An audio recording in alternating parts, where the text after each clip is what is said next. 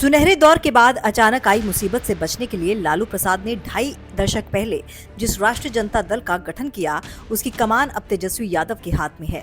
लालू के बिना राजनीति के प्रथम पाठ में ही तेजस्वी को 2019 के लोकसभा चुनाव में बड़ा झटका लगा। राजद का खाता तक नहीं खुला, किंतु कुछ महीने बाद विधानसभा चुनाव में सबसे बड़ी पार्टी के रूप में राजद को उभरने का श्रेय भी मिला। चुनौतियों के साथ फिर बिसात सज रही है। बिहार में विपक्ष की ड्राइविंग सीट पर तेजस्वी बैठे हैं, लेकिन भाजपा जदयू को मजबूत किले को ध्वस्त करना आसान नहीं होगा। तेजस्वी यादव के पक्ष में अच्छी बात यह है कि राजनीति में लालू पुत्र की छवि से निकलकर उन्होंने परिपक्व नेता के रूप में अपनी अलग पहचान बना ली। कमान मिलने के बाद पार्टी की छवि भी बदलने का प्रयास किया। राजद अब पुरानी पार्टी नहीं रही जो जाति समीकरण के दायरे में अपनी जमीन मजबूत करेगी। MY समीकरण पर चलने वाली पार्टी में तेजस्वी ने बाप तो जोड़ा ही, इसमें विकास का एजेंडा भी शामिल कर दिया। नीतीश कुमार के नेतृत्व वाली महागठबंधन सरकार में 17 महीने बिताने वाले राजद ने नीतीश कुमार के अलग होते ही अपना चुनावी एजेंडा तय कर लिया था।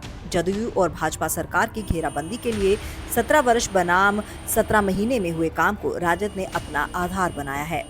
17 महीने के महागठबंधन सरकार में हुए कामों की जानकारी बिहार में जन जन तक पहुंचाने के लिए पार्टी ने जन विश्वास यात्रा तक निकाली और बिहार में घूम घूम कर ये बताया कि जितना काम 17 महीने में राजद ने करा दिया, उतने काम 17 वर्ष की राजग सरकार नहीं कर पाई।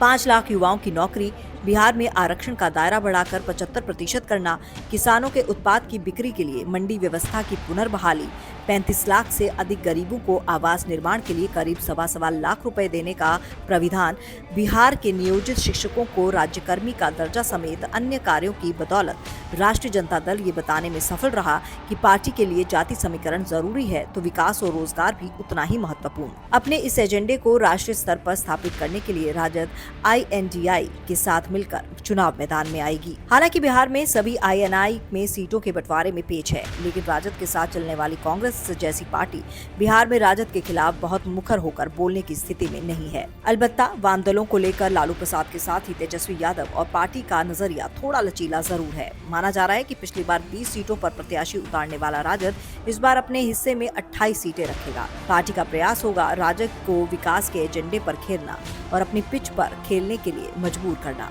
बिहार में अगर राजद अपने एजेंडे में सफल होता है और केंद्र में यानी INDI सरकार बनती है, तो बिहार की तरह केंद्र भी रोजगार, नौकरी, गरीबों के लिए आवास, देश और प्रदेश के विकास के लिए नई योजनाओं का खाका खींचने में राजद की बड़ी भूमिका होगी। लेकिन इसके पहले पार्टी गठबंधन के सहयोगी दलों के साथ बेहतर तालमेल कर सीटों का बंटवारा करना होगा, तभी ये पार्टी राजद के खेमे का किला बिहार में ध्वस्त कर पाएगी।